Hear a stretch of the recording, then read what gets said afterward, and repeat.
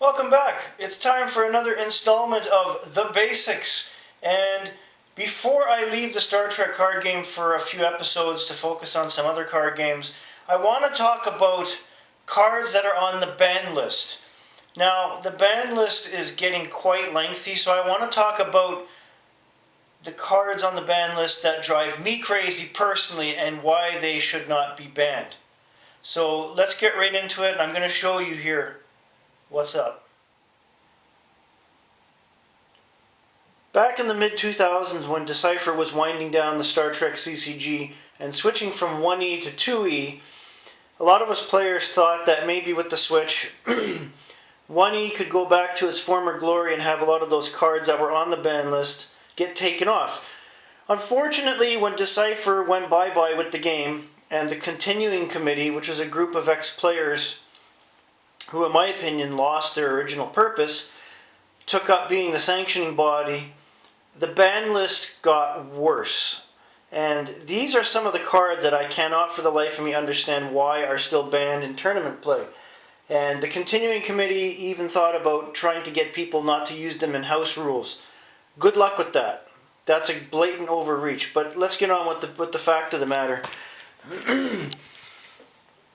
The first card being Red Alert. Now, Red Alert, what it does is, it's a very good card. It plays on the table in your turn, allows you to play as many ship, personnel, and equipment cards as you want each turn. And back when the game first came out, and in all the years I played it, and people I played against, nobody had a problem with it, because A, it wasn't always something that would help you win the game, and B, when the alternate universe expansion came out, I don't know if I have it here in my side deck, but there was the Yellow Alert card that came out that nullified that. And because it's an event card, I can go into my side deck and pretty much use a bunch of different cards like Kevin Uxbridge Convergence to knock that out right away. So it's not like it's something that can't be taken out very quickly. And even if you don't have a Kevin Uxbridge in your hand right away, if you have it in your deck, you can get rid of that sooner or later. Still can't see why this is a banned card. There's so many ways around it. The biggest one being this combo, the Tox Utot and the Supernova.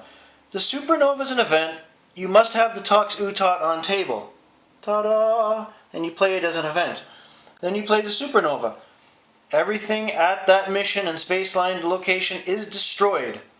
But you leave the mission card for the span reference. So that pretty much ends everything at that part of the game. Once again, it's an event card. It can be taken out by several cards in your side deck. It can be removed.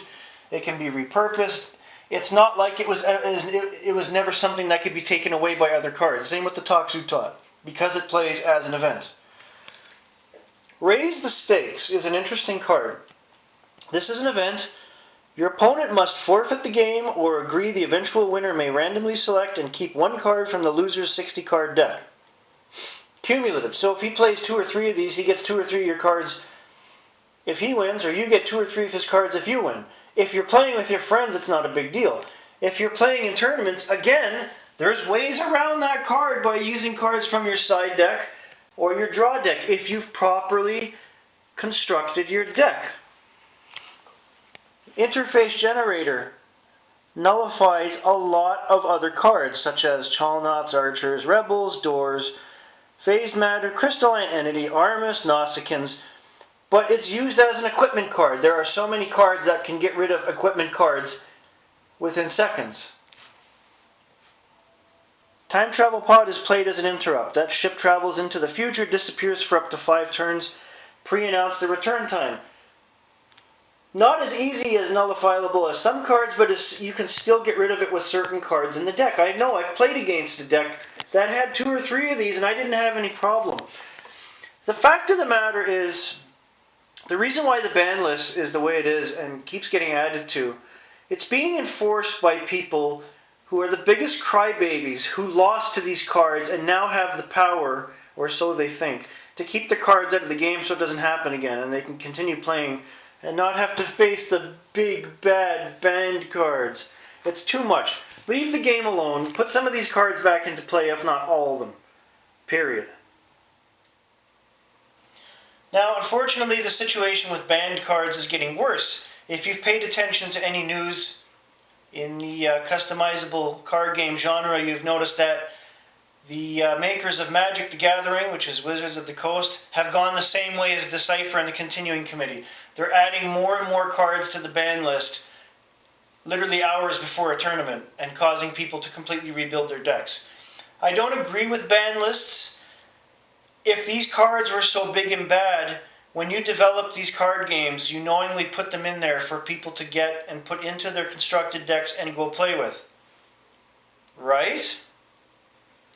That's all for today. I'm going to have more talk on banned cards on a future episode of Jason's Game Room, so stay tuned. Have a good day, everybody.